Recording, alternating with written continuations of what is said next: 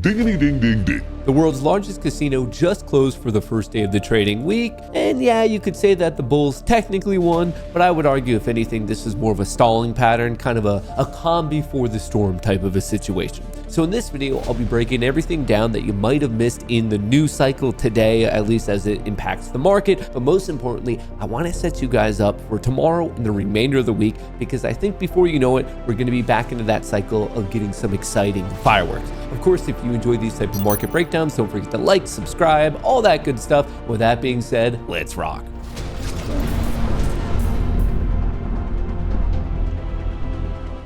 By the time the dust settled on the day, here was the official headline. Dow jumps 300 points, S&P 500 closes higher as tech shares rise after tariff exemptions. As you're going to kind of figure it out throughout this video, I believe that this type of slow bullish grind to the upside is exactly what we're going to be seeing for the remainder of the week. And obviously, I'll be explaining why, but first I want you to take a look at the S&P 500 heat map. Not as absurdly bullish green as we've been seeing somewhat recently, but overall, you could say that the heat map was in fact bullishly dominated. The price action today, we gapped up because of all the excitement from over the weekend related to really what's going on with China and the trade war and all of that. Obviously, right around 11, we started to not only sell off to get this downside gap fill, but we even hit the closing value of Friday. And then from there, obviously, the bulls regained control and we ended the day up a nice 0.8%. The turn itself, it was kind of interesting. So right here, shout out to Spot Gamma. This allows me to see what's going on with the puts. Down here, we have what's going on with the calls.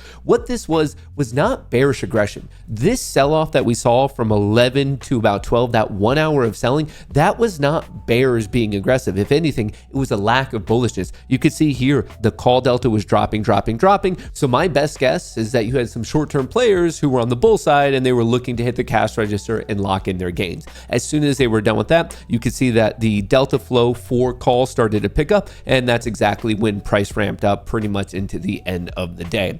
Overall, the SPY ended up gaining about 1%, the Qs around 0.7, we had vol dropping, VIX was down about 18%, and Bitcoin holding pretty decently, at least at the point that I'm filming this, a hair below 85,000. So what's the deal? Why was there bullishness? Why did we get the gap up, the sell off, the recovery, and why do I think that this will be continuing? Well, obviously the big news is related to the tariff war, the fentanyl war, the trade war, whatever you want to call it. I think that tensions are going to continue to simmer down as it relates to whatever you want to call this. So over the weekend, this is why we got the gap up. The US publishes reciprocal tariff exclusions for computers, smartphones, and chip making equipment, which is basically a way that the Trump administration could hand an olive branch to China.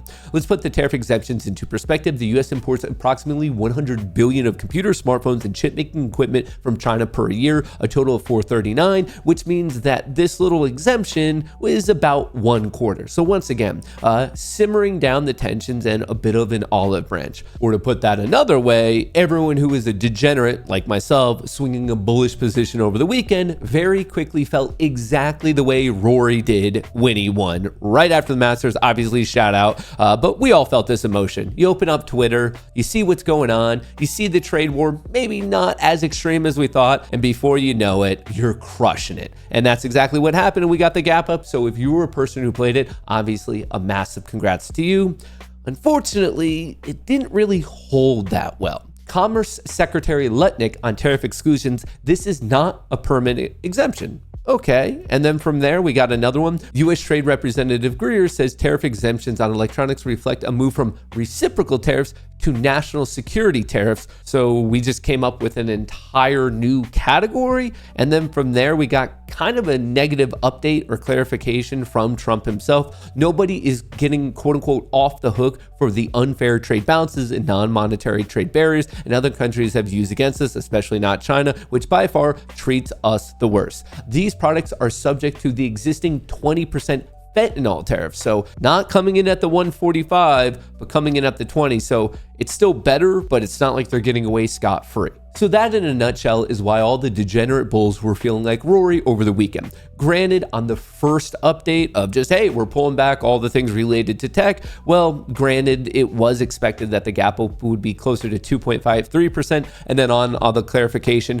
from Lutnick, Greer, and then Trump himself, it ended up being a little bit closer to about 1-ish%. So still bullish, but not as bullish as we thought it would be. And then that brings us to all the craziness throughout the day today. Trump aide Hassett says US got amazing tariff deal offers, recession 100% not happening. I really don't like when people say 100% not happening, especially because the market right now is calling for roughly a 50-50 shot, but I also understand that that's exactly what they have to say, and this was kind of the first update of the trading day. From there, we did get legitimately good bullish news. The EU trade chief and US officials meet to negotiate new trade deal, so obviously at a moment's notice, if we get a positive or negative update related to this, obviously it could have a huge impact on the market. From there, Fed Governor Waller sees tariff inflation as transitory in a tush-push comparison.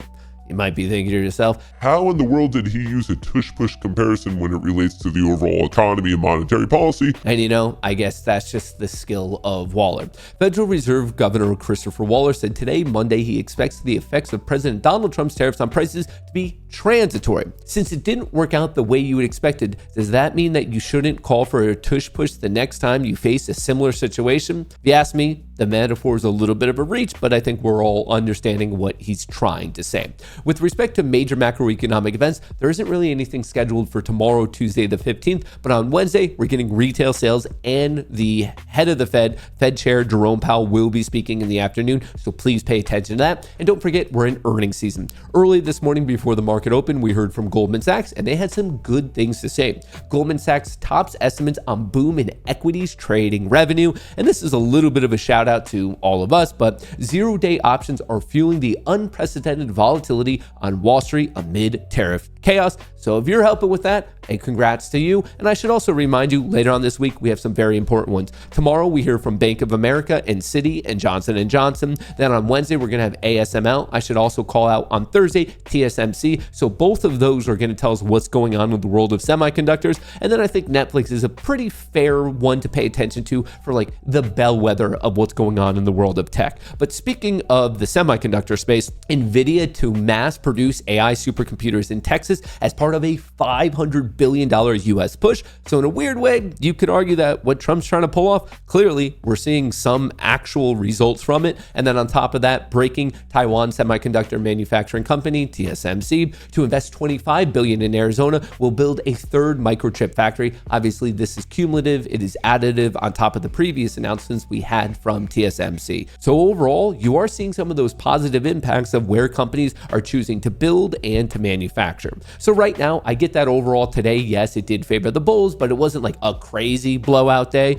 So calm, cool, collected. I truly believe that this is the calm before the storm. With respect to today, obviously the bulls won. Once again, the S&P 500 gained about 0.8%. I'm looking for the breakout of Wednesday's high. This was that major announcement from Trump when they had that historic gain, because from there, it sets up a pretty easy play for this upside gap fill at 5572, 5,572. That's the major play I'm looking for right now. As of today's close, we're still technically within the range of Wednesday. So until that is broken either to the upside or to the downside, we all just have to have a little bit of patience, but I'm sure that will be happening sooner rather than later. That's what I have for you right now. I appreciate you stopping by. I appreciate you making it to this point in the video. And of course, I appreciate the good vibes. I'll catch you in the live show. Remember, that's Monday to Friday, 9 to 11. And other than that, I'll just keep pumping out these update videos as long as you guys keep enjoying them. Thank you so much. I'll see you in the next one.